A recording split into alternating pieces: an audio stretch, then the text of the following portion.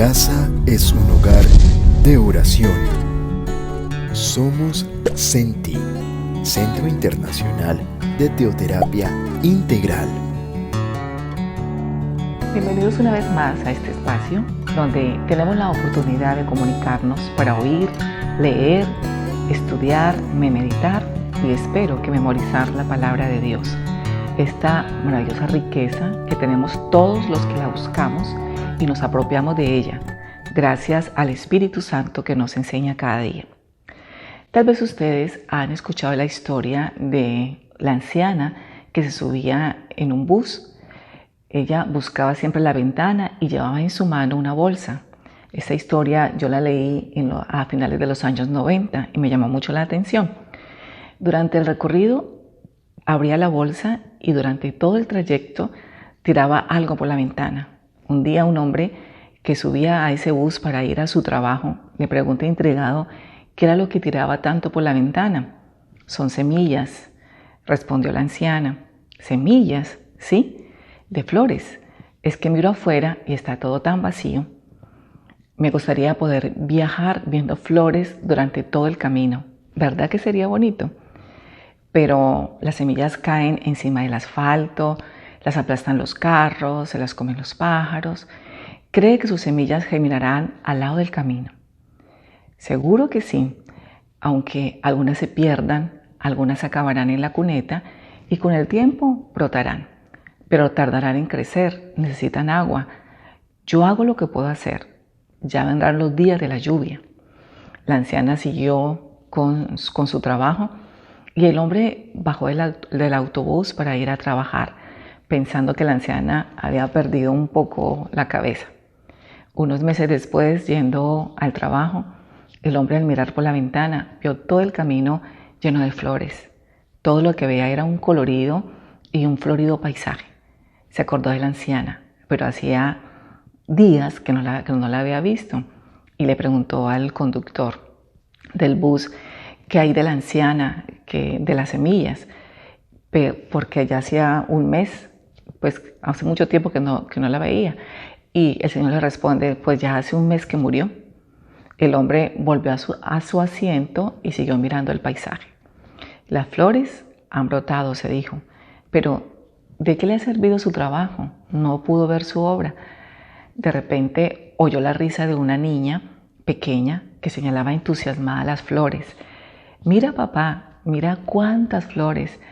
Otros apreciaron y recibieron lo que esta anciana había sembrado por todo su trayecto en este bus. Había hecho su trabajo y dejó su herencia a que todos la pudieran recibir y disfrutar de ese trayecto al contemplarlas y ser felices.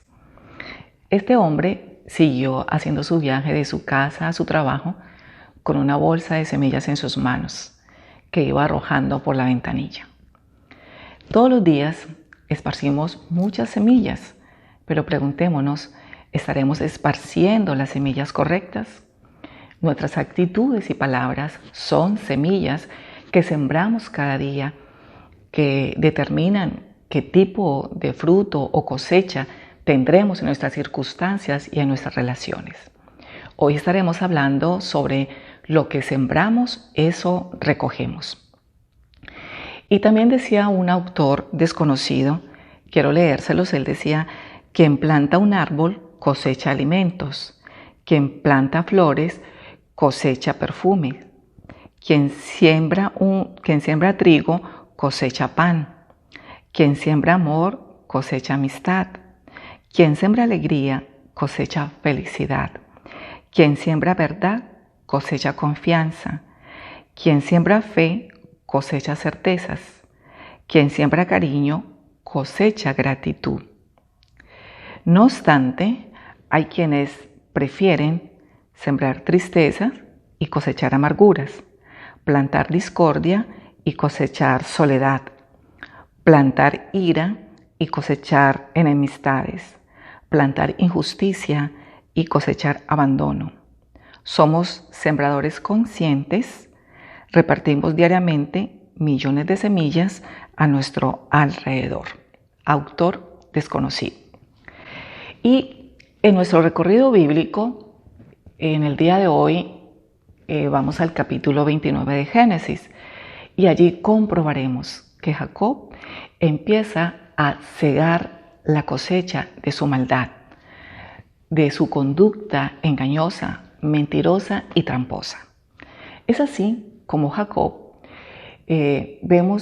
fue un clásico ejemplo de esta ley inflexible. Era bastante engreído, orgulloso de su inteligencia. Había vivido de su ingenio y practicado el engaño, utilizando métodos dudosos para lograr sus propósitos, pero cosecharía lo que habría sembrado. Al comenzar este capítulo de Génesis 29, vemos que Jacob salió de Betel y prosiguió su viaje después de un periodo de tiempo que la Biblia no narra cuánto tiempo fue ese recorrido, pero nos dice la palabra de Dios en este capítulo 29, los versículos del 1 al 8, si ustedes leen en sus Biblias, y nos narra que Jacob continuó su viaje, llegó a la tierra de los orientales, un territorio que está al este de Canaán. En el campo vio un pozo del cual bebían agua el ganado. Junto al pozo descansaban 3 rebaños de ovejas. El pozo estaba tapado con una gran piedra y solo se le daba agua a las ovejas cuando todos los pastores habían reunido a sus rebaños. Después de esto, volvían a tapar el pozo. Jacob se acercó a los pastores que allí estaban y les preguntó de dónde eran. Cuando le dijeron que eran de Harán, Jacob volvió a preguntarles: ¿Conocen ustedes a Labán, el nieto de Nacor? Claro que sí, lo conocemos, contestaron estos pastores. Y les pregunta: ¿estarán bien de salud? E insistió. Y ellos respondieron: bastante bien. Por cierto, le dicen que ahí viene su hija Raquel con sus ovejas.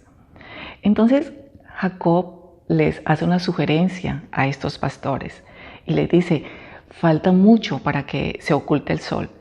Mejor denles agua a las ovejas, llévenlas a los pastos, pues todavía no es hora de encerrarlas.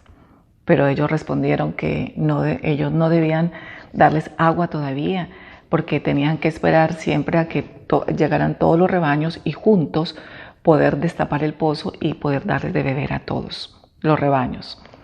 Aún estaban hablando cuando Raquel, que también era pastora, llegó con las ovejas de su padre.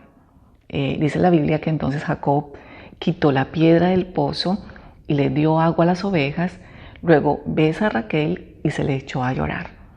Después le dijo que eran familia, porque pues Labán era hermano de Rebeca. Al oír esto, Raquel salió corriendo a contárselo a su padre. Vemos cómo el agua era y sigue siendo muy importante para aquella región. Por eso los pastores economizaban el agua y la protegían. Solo removían la piedra cuando se juntaban todos los rebaños y el momento de dar a beber a las ovejas, luego, como dice la Biblia, volvían a cubrir la boca del pozo. Los pastores estaban esperando ese momento oportuno. Pero vemos que Jacob llegó a aquel lugar tan presumido como siempre. Apenas tuvo ocasión, comenzó a decirles qué y cómo debían hacer a estos pastores. Algo muy típico de Jacob, su propio carácter autosuficiente, dando a aquellos hombres experimentados indicaciones sobre lo que les convenía hacer. Mientras ellos hablaban, alguien se acercaba, nada menos que Raquel, que traía las ovejas de su padre, y aquel fue pues el momento en que Jacob se encuentra con Raquel. Jacob, sin que nadie le dijese nada, dio de beber a los animales. Si ustedes leen allí, siguen el relato en la Biblia, Jacob no seguía indicaciones de nadie, sino que decidía sus acciones por él mismo, tomando la iniciativa. Él establecía las reglas del juego a medida que avanzaba por la vida. Esta conducta en realidad caracterizó la primera parte de su vida, ya que después aprendería algunas lecciones. En realidad, su aprendizaje estaba a punto de comenzar. Por otra parte, y a primera vista, su forma de saludar a Raquel, su reacción de besarla y después llorar, pues nos puede parecer algo extraño porque pues nunca se habían visto. Sin embargo, hay que tener en cuenta las circunstancias que Jacob había vivido. Su viaje, comenzando por las emociones vividas en Betel, recordemos la semana pasada el sueño, después las experiencias de su prolongado y solitario viaje desde Betel hasta la región de Siria, pasando por el mar de Galilea, debieron dejar huellas en su estado de ánimo. Ya le vimos llegar y de forma presuntuosa y descarada dirigirse a los pastores que estaban junto al pozo, como si les conociese de toda la vida. Y por todo ello, al ver a aquella mujer perteneciente a la familia de su madre, pienso que sus emociones se desbordaron y por eso pues lloró. Leamos Génesis 29, los versículos del 13 al 21. Así que oyó Labán las nuevas de Jacob, hijo de su hermana. Corrió a recibirlo y lo abrazó, lo besó y lo trajo a su casa. Y él contó a Labán todas estas cosas. Y Labán le dijo: ciertamente hueso mío y carne mía eres. Y estuvo con él durante un mes. Entonces dijo Labán a Jacob: por ser tú mi hermano, ¿me servirás de balde? Dime cuál será tu salario. Y Labán tenía 2 hijas. El nombre de la mayor era Lea y el nombre de la menor Raquel. Y los ojos de Lea eran delicados, pero Raquel era de lindo semblante y de hermoso parecer. Y Jacob amó a Raquel y dijo: yo te serviré 7 años por Raquel, tu hija menor. Y Labán respondió: mejor es que te la dé a ti y no que la dé a otro hombre. Quédate conmigo. Así sirvió Jacob por Raquel 7 años, y le parecieron como pocos días, porque la amaba. Entonces dijo Jacob a Labán: dame mi mujer, porque mi tiempo se ha cumplido para unirme a ella. La atracción que sentía por Raquel se consolidó. También llegó el momento en que hábilmente Labán resolvió iniciar con su sobrino una relación laboral ventajosa. Bueno, podemos decir, como el refrán, las visitas son como los muertos, al tercer día ya huelen mal.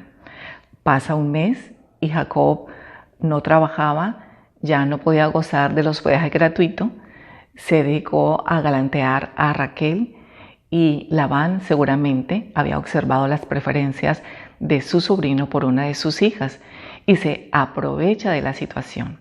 Labán era mañoso y ahora va a empezar a tratar con su sobrino. Jacob en ningún momento mencionó el trabajar, pero estaba dispuesto a hacerlo por amor a Raquel. Lo hermoso y admirable que podemos ver en Jacob hasta este momento es su amor por Raquel. Labán obligó a Jacob a trabajar duro.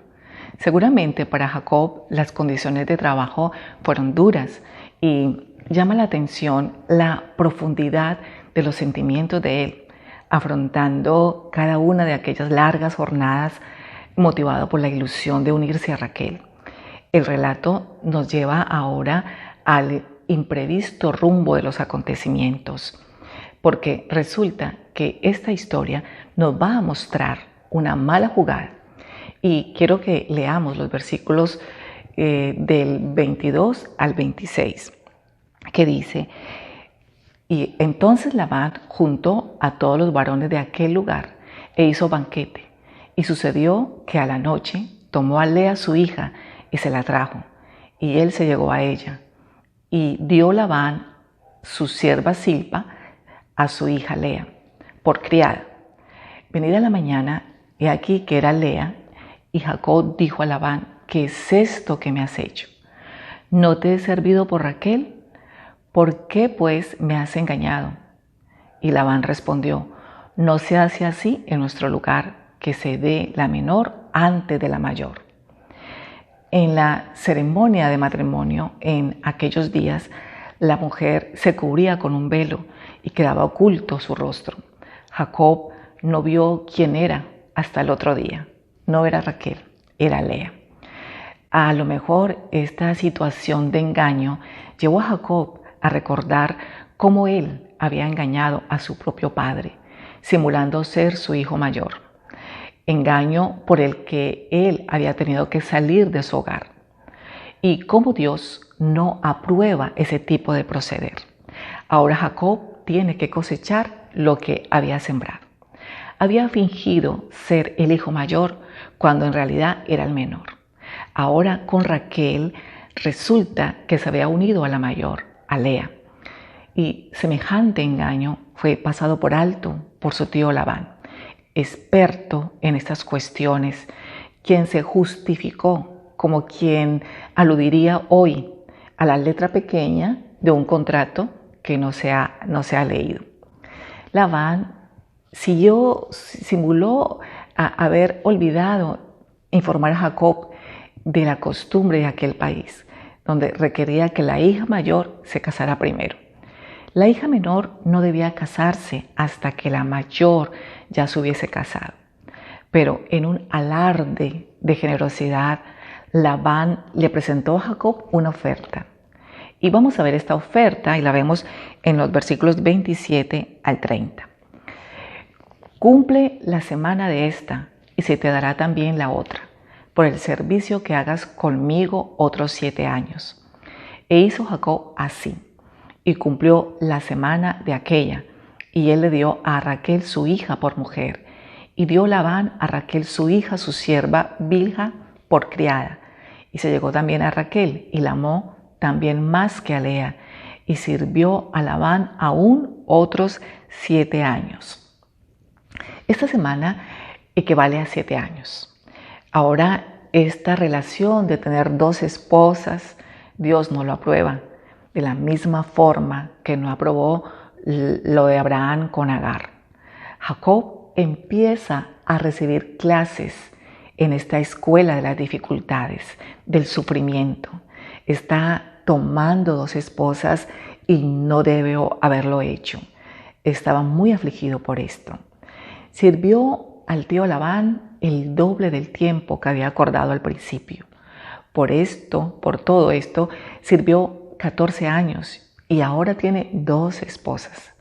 De aquí en adelante, Jacob tendrá muchos problemas en su familia y todos, por supuesto, debido a sus propios métodos que empleaba y que Dios nunca aprobó y que seguiremos estudiando más adelante en los siguientes libros, en los siguientes capítulos del libro de Génesis. Dios nos enseña en la epístola a los Gálatas, en el capítulo 6, los versículos del 7 al 8, nos dice claro: no os engañéis, Dios no puede ser burlado, pues todo lo que el hombre sembrare, eso también segará. Porque el que siembra para su carne, de la carne segará corrupción, mas el que siembra para el Espíritu, del Espíritu segará vida eterna. Este pasaje fue escrito para todos los cristianos. Sin embargo, expresa una ley universal de Dios para todos los tiempos, aplicable en el mundo natural y a las relaciones humanas en cualquier área de la vida y a las relaciones entre los seres humanos y Dios. A través de la historia, los hombres han tratado inútilmente de evadirse de esta regla divina. Las Sagradas Escrituras nos ofrecen ejemplos del cumplimiento de este principio. Por ejemplo, tal como se relata en el libro del Éxodo, capítulo 12, en Egipto, el faraón había matado a los hijos varones de los hebreos y a su tiempo el ángel de la muerte causó la muerte de su propio hijo. El primer libro de los Reyes, en el capítulo 21, nos relata cómo el rey Acab, por medio de acusaciones falsas, hizo asesinar a Nabot para quedarse con su finca. Nabot fue lapidado y los perros lamieron su sangre. Pero Dios envió al profeta Elías a Acab para anunciarle que él acabaría de la misma manera, lo cual se cumplió literalmente. También recordemos que el rey David encontró que esta ley inexorable se cumpliría en su propia vida. Él cometió pecado de adulterio y asesinato. Cuando él se humilló, Dios le perdonó. Sin embargo, en su vida y en la de su familia, tuvo que cosechar lo que había sembrado. Su propia hija fue violada y un hijo suyo fue asesinado. Hasta el mismo apóstol Pablo tuvo que sufrir por el peso de esta ley. Antes de su conversión, había dado su consentimiento para apedrear a Esteban, primer mártir de la iglesia cristiana. Años más tarde, el apóstol Pablo, ya como siervo de Jesucristo, fue sacado de la ciudad de Listra, apedreado y dado por muerto. Recordemos que como cristianos tenemos 3 enemigos: el mundo, la carne y el diablo. Satanás le encanta mantenernos ocupados, pensando egoístamente, sembrando palabras de conflicto en nuestras familias, teniendo malas relaciones interpersonales, teniendo pensamientos negativos sobre las personas y el qué hacer. El diablo quiere que sembremos más semillas, que sembremos malas semillas en cada relación y en cada circunstancia. Muchas personas se comportan de esta manera y luego se preguntan por qué no cae bien a los demás y no son tratados de la forma en que quieren ser tratados. La respuesta es simple: están cosechando lo que sembraron. La pregunta ahora es: ¿qué estás sembrando hoy? Acérquese a Dios y tome la decisión de sembrar lo que agrada al Espíritu Santo. El fruto del Espíritu: amor, gozo, paz, paciencia, benignidad, bondad, fe, mansedumbre y templanza. Siempre perdón, amabilidad en cada relación y situación.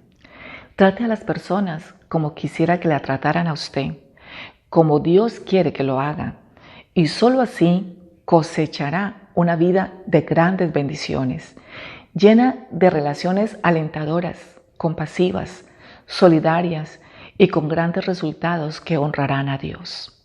Es por esto que yo les invito para que hoy nos presentemos delante de Dios y oremos. Digámosle: Espíritu Santo, llévanos a sembrar lo que a ti te agrada, a esparcir nuestras semillas y que al caer sea en buena tierra.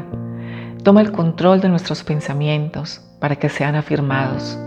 Tú, que conoces cada pensamiento, mira si hay perversidad en ellos. Quita todo pensamiento que no te agrada y guíanos en el camino eterno. Que sembremos palabras que al salir de nuestra boca sean buenas y que sirvan de edificación para que dé gracia a los oyentes. Permítenos hacer buen uso de ellas, expresándonos de manera positiva, mostrando amor para con nuestro prójimo, que nuestras palabras incentiven a los demás a mejorar. Siempre dichas con delicadeza y dulzura. Guarda nuestro corazón, porque allí es donde reflejamos cómo estamos. Crea en nosotros un corazón limpio y renueva un espíritu recto dentro de nosotros. Ayúdanos en tu gloria a cultivar los frutos que en nosotros has plantado. Permítenos ser un jardín abundante para ti. Gracias por hacernos instrumentos y con la ayuda del Espíritu Santo poder reconstruir, restaurar y renovar todo a nuestro alrededor. Llénanos de sabiduría y fortaleza. Guía nuestros pasos para mantener la estabilidad ante cualquier hecho negativo que se produzca. Que nuestro pensar, nuestro hablar, nuestro caminar, nuestro actuar sea conforme a cosas buenas y cosechar cada una de ellas. En lugar de actuar egoístamente hacia los demás, ayúdanos a sembrar amabilidad y amor en nuestras relaciones con todas las personas en nuestra vida. En el nombre de Jesús. Amén. Somos Senti. No te olvides de suscribirte a nuestro canal Gilberto Quiseno, darle like, compartir y activar la campanita de notificaciones para que no te pierdas ninguno de nuestros contenidos. Y búscanos en Instagram como Un Hogar de Oración y en Facebook como Senti Nicaragua. Conéctate más con nosotros.